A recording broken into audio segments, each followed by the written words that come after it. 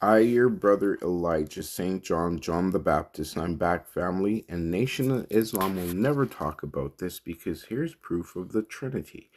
There is the Father, the Son, and the Holy Spirit. Family, Archangel Gabriel, thrones and wheels within wheels.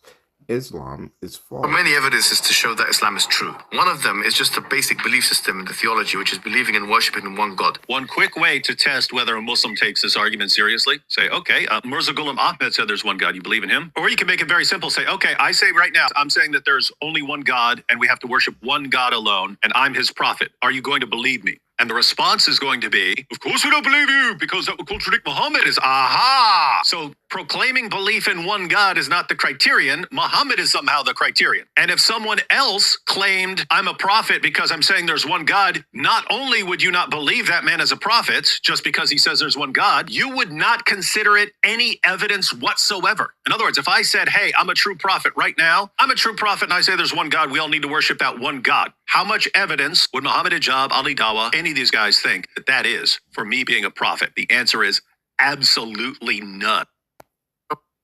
Many evidences to So, family, there before you is the King of Kings, faithful and true when he comes the second time, and the Holy Spirit. When the Word became flesh, there is the Son of Man, the only begotten Son. So, Nation of Islam, stop lying.